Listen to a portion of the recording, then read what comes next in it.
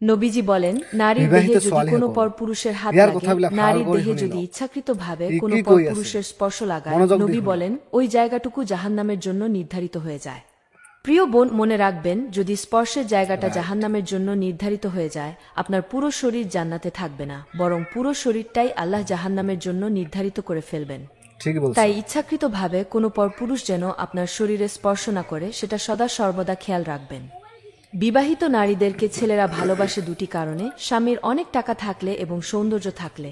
আর আজকাল ছেলেরা বিবাহিত নারীদেরকে বেশি টার্গেট করে, তারা কিন্তু এই নারীদেরকে কখনো বিয়েও করবে না। কিছু বোকা বিবাহিত নারী আছে যারা না বুঝেই পরকীয়া করে বসে। তারা বুঝতে চেষ্টা করে না যে পরকীয়াতে কোনো শান্তি ও ভবিষ্যৎ নেই। তারা বুঝতে চায় না যে একমাত্র স্বামী হচ্ছে শান্তির জায়গা। স্বামী যতই ঝগড়া করুক না কেন, একটু পরে আবার উজাড় করে ভালোবাসা দেয়। নারীরা কখনো বোকামি করেও স্বামীকে অবহেলা করবেন না, অন্য পুরুষের জন্য স্বামীকে কষ্ট দেবেন না। আপনার স্বামী যতক্ষণ আছে ততক্ষণ আপনার কাছে ভালোবাসা আছে। আপনার স্বামী আছে তো আপনার সুন্দর ভবিষ্যৎ আছে।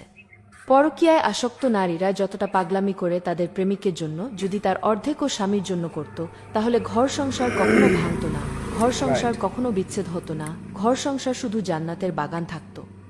আসলে কয়েক ঘন্টার দায়িত্ব সবাই নিতে জানে, কিন্তু সারা জীবনের দায়িত্ব একমাত্র স্বামী নেয়।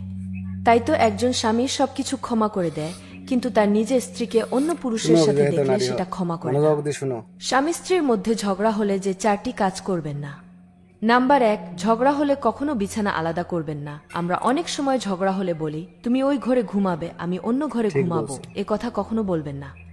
নাম্বার 2, স্বামী রেগে গেলে স্ত্রী চুপ থাকবেন এবং স্ত্রী রেগে গেলে স্বামী চুপ থাকবেন। নাম্বার 3, বাচ্চা কাচ্চার দোহাই দিয়ে কখনো আলাদা ঘরে ঘুমানোর অভ্যাস করবেন না। এতে স্বামী স্ত্রীর ভালোবাসা কমে যায় এবং দূরত্ব বেড়ে যায়। নাম্বার 4, স্বামী স্ত্রীর ঝগড়ার কারণ কখনোই পরিবারের অন্য সদস্যকে জানাবেন না। এতে স্বামী স্ত্রীর মধ্যে সম্মান কমে যায়। দেখুন, আপনার স্বামী সারাদিন বাইরে কষ্ট করেন আপনার জন্য, আপনার সন্তানদের জন্য।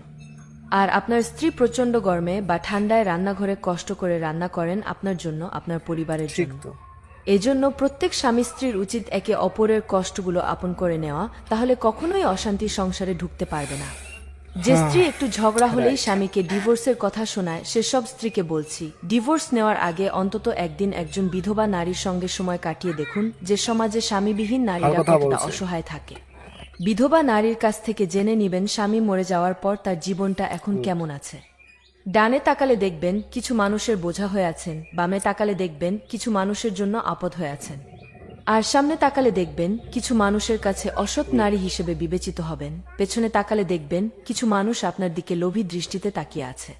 এই জন্য স্বামীবিহীন হওয়ার আগে একটি কথা মনে রাখবেন, ছাদ ছাড়া যেমন ঘর হয় না, ঠিক তেমনি স্বামী ছাড়া একজন নারী এই সমাজে কোনো মূল্য পায় না। কিছু মেয়ে ঝগড়ার সময় স্বামীকে গজব দেয়, স্বামীকে গালি দেয়, স্বামীকে অপমান করে। এইসব মেয়েরা জানে না স্বামীকে গজব দেওয়া মানে নিজের উপর গজব পড়া। স্বামীকে গালি দেওয়া মানে নিজেকেই গালি দেওয়া। স্বামীকে অপমান করা মানে নিজেকেই অপমান করা।